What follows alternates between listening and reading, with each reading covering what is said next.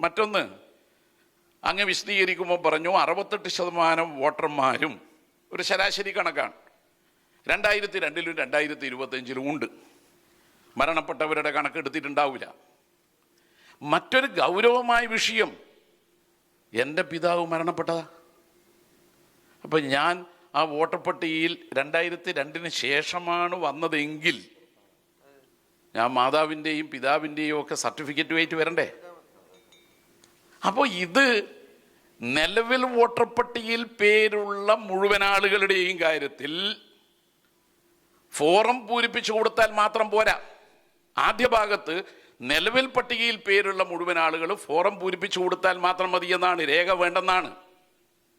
പക്ഷെ പിന്നീട് നിങ്ങളുടെ നോട്ടിൽ കാണുന്നത് മാതാപിതാക്കളുടെ അവർ വോട്ടർ പട്ടികയിൽ ഉണ്ടെന്ന് തെളിയിക്കുന്ന രേഖ വേണമെന്നാണ്. അപ്പോൾ അത് സംശയകരമാണ് ഈ നടത്തിപ്പാകെ. മറ്റൊന്ന്, ഇവിടെ വിശദീകരിച്ച വേറൊരു കാര്യത്തിൽ 12 രേഖ എന്ന് പറയുന്നുണ്ട്. നിങ്ങൾ അവസാനത്തെ ഒരു പേജിൽ കാണുന്നത് 13 രേഖ പറയുന്നുണ്ട്. അവസാന ഭാഗത്ത് 13 രേഖ എന്ന് പറഞ്ഞാൽ 1/7/2025 യോഗ്യതാ നിർണയ തീയതിയായ ബീഹാറിൻ്റെ ഒരു കാര്യം കൂടി ഇവിടെ പറയുന്നതുകൊണ്ടാണ് സംശയം. അത് പിന്നീട് വ്യക്തമല്ല, അക്ഷരത്തിൻ്റെ ഇത് പ്രിൻ്റ് എടുക്കുമ്പോൾ ഉള്ള തകരാറായിരിക്കും. വോട്ടർ പട്ടികയുടെ പ്രസക്ത ഭാഗം. അപ്പം ഇത് ഡിക്ലറേഷൻ ഫോമിനോടൊപ്പം സമർപ്പിക്കേണ്ട രേഖകൾ എന്ന് പറഞ്ഞുകൊണ്ട് വിശദീകരിക്കുന്ന കൂട്ടത്തിൽ 13-ാമതായിട്ടൊന്ന് എന്തെന്നാണ് അത് വ്യക്തമല്ല. 12 ആധാർ കാർഡ് കഴിഞ്ഞ യോഗത്തിൽ അങ്ങ് വിശദീകരിച്ചതാണ്. സുപ്രീം കോടതി വിധിയെ തുടർന്ന് 12-ാമതായിട്ട് ആധാർ കാർഡ് കൂടി ഉൾപ്പെടുത്തുന്നു എന്നുള്ളത്. അപ്പോൾ തീർച്ചയായും ഡിക്ലറേഷൻ ഫോമിനോടൊപ്പം സമർപ്പിക്കേണ്ട രേഖകൾ എന്നത് കഴിഞ്ഞ തവണ നമ്മൾ ചോദിച്ചപ്പോൾ പറഞ്ഞു ഇതിലേതെങ്കിലും ഒന്ന് മതിയെന്ന്. അത് സംബന്ധിച്ച് ഇപ്പോൾ എങ്ങനെയാണ്? മറ്റൊന്ന്, 4 രേഖകൾ നമ്മളെടുത്തെല്ലാം ഉണ്ട് എന്ന് പറയുന്നുണ്ട്. സാധാരണഗതിയിൽ വീടുകളിൽ ഉണ്ടാവും. അതിലൊരു പ്രധാനപ്പെട്ട രേഖയാണ് റേഷൻ കാർഡ്. റേഷൻ കാർഡ് ഇതിൽ കാണുന്നേയില്ല. കഴിഞ്ഞ തവണ ആവശ്യപ്പെട്ടതാണ്. എല്ലാ വീടുകളിലും ഉണ്ടാവുന്ന ഒന്നാണ് റേഷൻ കാർഡ്. പിന്നെ ആധാർ കാർഡിനെ കുറിച്ച് ചീഫ് ഇലക്ഷൻ കമ്മീഷൻ അദ്ദേഹം വാർത്താ സമ്മേളനത്തിൽ പറഞ്ഞത് ഒരു അവ്യക്തത ഉണ്ടാക്കുന്നുണ്ട്. ആധാർ കാർഡ് തിരിച്ചറിയാൻ മാത്രമേ ഉപയോഗിക്കുള്ളൂ. വോട്ടർ പട്ടികയിൽ പേര് ഉൾപ്പെടുത്താൻ വേണ്ടിയുള്ള അപേക്ഷയോടൊപ്പം ആധാർ കാർഡ് സമർപ്പിച്ചാൽ ആ ആധാർ കാർഡ് പരിഗണിക്കണ്ടേ? ആ ആധാർ കാർഡിൽ തന്നെ 7 രേഖകളുണ്ട്.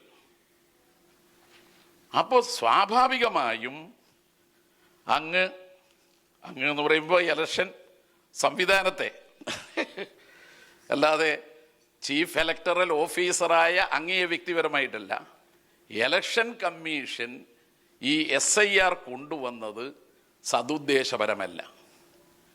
1951 മുതൽ 2002 വരെ 8 തവണ SIR അത് നടപ്പാക്കിയിട്ടുണ്ട് എന്ന് പറഞ്ഞു. ആ 53 വർഷത്തിനിടയിൽ പൗരത്വ നിയമ ഭേദഗതിയെ ഉണ്ടായിട്ടില്ലാന്നേ. ഒറ്റഘട്ടത്തിലുണ്ടായി, ഇങ്ങനെയുള്ള ഭേദഗതിയല്ല.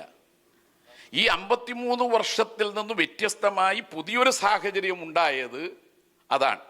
എന്തുകൊണ്ട് ആസാമിൽ നടപ്പാക്കുന്നില്ല? അതിന് കേന്ദ്ര ഇലക്ഷൻ കമ്മീഷൻ പറഞ്ഞത് ആധാറിലെ പൗരത്വം തെളിയിക്കുന്ന സംഗതികൾ വേറെ തന്നെ നടക്കുന്നുണ്ട് എന്നാണ്. അത് ഞങ്ങളുടെ സംശയത്തെ ബലപ്പെടുത്തിയിരിക്കുകയാണ്. വളഞ്ഞ വഴിയിലൂടെ പൗരത്വ രജിസ്റ്റർ തയ്യാറാക്കാനുള്ള നീക്കമാണ് എന്നത് ആസാമിനെ ഒഴിവാക്കിയതിൽ നിന്ന് വ്യക്തമാണ്. കാരണം ആസാമിൽ പൗരത്വ രജിസ്റ്റർ തയ്യാറാക്കുന്നുണ്ട്. ഇപ്പം ഇന്ത്യയിലെ 2 സംസ്ഥാനങ്ങളെ SIRൽ നിന്ന് ഒഴിവാക്കിയത് എന്ത് കാരണത്താലാണോ അതിനേക്കാൾ ഗൗരവമായ കാരണമാണ് കേരളത്തെ തദ്ദേശ സ്വയംഭരണ സ്ഥാപനങ്ങളിലേക്കുള്ള തെരഞ്ഞെടുപ്പ് നടക്കുന്ന ഈ സാഹചര്യത്തിൽ ഇപ്പോൾ ഉയർന്നു വന്നിട്ടുള്ളത്. അതുകൊണ്ട് അങ്ങ് എല്ലാവരും ഇതിനോട് യോജിക്കൂലായിരിക്കും. സുരേഷ് എൻ്റെ അടുത്ത് സുഹൃത്തുണ്ട്. സുരേഷ് ഒഴികെ ബാക്കിയുള്ള വോട്ടറെല്ലാം കഴിഞ്ഞ യോഗത്തിൽ ഗോപാലകൃഷ്ണനാണ് വന്നത്, സുരേഷല്ല. സുരേഷിൻ്റെ പാർട്ടിയുടെ സ്റ്റാൻഡ് നേരത്തെ വ്യക്തമായതാണ്. മറ്റുള്ളവരിലെ യോജിക്കുന്ന ഒരു കാര്യമായതുകൊണ്ട് ഈ തദ്ദേശ തെരഞ്ഞെടുപ്പ് കഴിയുന്നവരെയെങ്കിലും മാറ്റണമെന്ന് കേരള നിയമസഭ ആവശ്യപ്പെട്ടതും ഇവിടെ രാഷ്ട്രീയ പാർട്ടികളെല്ലാം ആവശ്യപ്പെടുന്നതുമായിട്ടുള്ളൊരു കാര്യം അങ്ങ് ഗൗരവത്തിൽ കണക്കിലെടുത്ത് ഇലക്ഷൻ കമ്മീഷനുമായിട്ട് ആ കാര്യം ടേക്കപ്പ് ചെയ്യണം. മിനിസിൽ രേഖപ്പെടുത്തി അയച്ചാൽ മാത്രം പോരാ, മിനിസിൽ കഴിഞ്ഞതുപടി രേഖപ്പെടുത്തി. ഞാനീ പറയുന്നത് പ്രായോഗികമായ പ്രശ്നമാണ്. SIR-ഓടിന് വിയോജിപ്പുള്ള ഒരാളാണെങ്കിലും തദ്ദേശ തെരഞ്ഞെടുപ്പിനെ അട്ടിമറിക്കാൻ SIR നിമിത്തമായിക്കൂടാ. ഇതാണ് പറയാൻ.